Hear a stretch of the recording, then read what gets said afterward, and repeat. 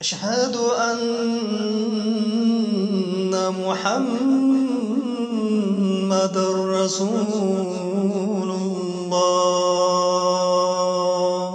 بسم اللہ الرحمن الرحیم۔ بدعات ماہ سفر، آخری چہارشنبہ بدھ کی حقیقت۔ ہمارے بر صغیر کے لوگوں کا ایک طبقہ کسی ماہ و سال کا کوئی دن بھی ایسا نہیں گزرنے دیتا جس میں خوشی یا سوگ کا سامان پیدا نہ کر لے اور خورد و نوش کی محفلیں نہ جما لے۔ اس بات کا اندازہ لگانا ہو تو جنتریوں کو دیکھ لے کہ عرس و میلہ سے کوئی تاریخ خالی نہیں ہوگی۔ ان لوگوں نے ماہ سفر ہجری کیلنڈر کے دوسرے مہینے کے بارے میں بھی خصوصاً اس ماہ کے آخری چہارشنبہ بدھ کے دن کے لیے عجیب و غریب افعال ایجاد کر رکھے ہیں اور انہیں اجر و ثواب سمجھ کر بجا لاتے ہیں، اور بریلوی طبقہ بطور خاص ان افعال کا ارتکاب کرتا ہے۔ لہٰذا ان افعال کی تفصیل اور ان کے بارے میں شرعی نقطہ نظر ہم انہی کے بانی مبانی عالم شاہ احمد رضا خان فاضل بریلوی کی کتابوں سے بلا تبصرہ نقل کر رہے ہیں، شاید کہ اتر جائے تیرے دل میں میری بات۔ چنانچہ فتاوی عرفان شرعیات حصہ دوم صفحہ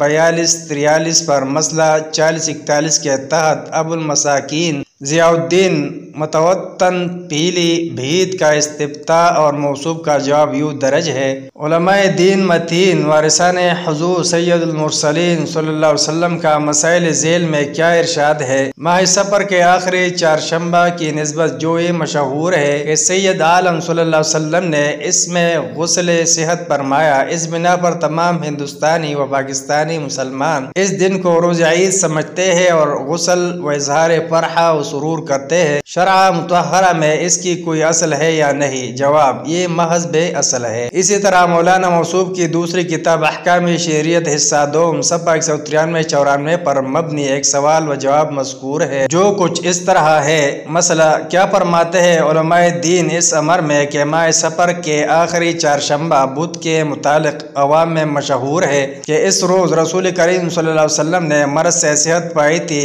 بنا برے اس روز کانا و شیرینی وغیرہ تقسیم کرتے ہیں اور جنگل کی سیر کو جاتے ہیں۔ وعلی ھذا القیاس مختلف جگہوں میں مختلف معمولات ہے۔ کہیں اس روز کو نحس و نامبارک جان کر پرانے برتن گلی میں ڈالتے ہیں اور تعویذ و چلہ چاندی اس روز کی صحت بخشی جناب رسول صلی اللہ علیہ وسلم مریضوں کو استعمال کراتے ہیں وغیرہ۔ یہ جملہ امور بر بنائے صحت پائی رسول اللہ صلی اللہ علیہ وسلم عمل میں لائے جاتے ہیں۔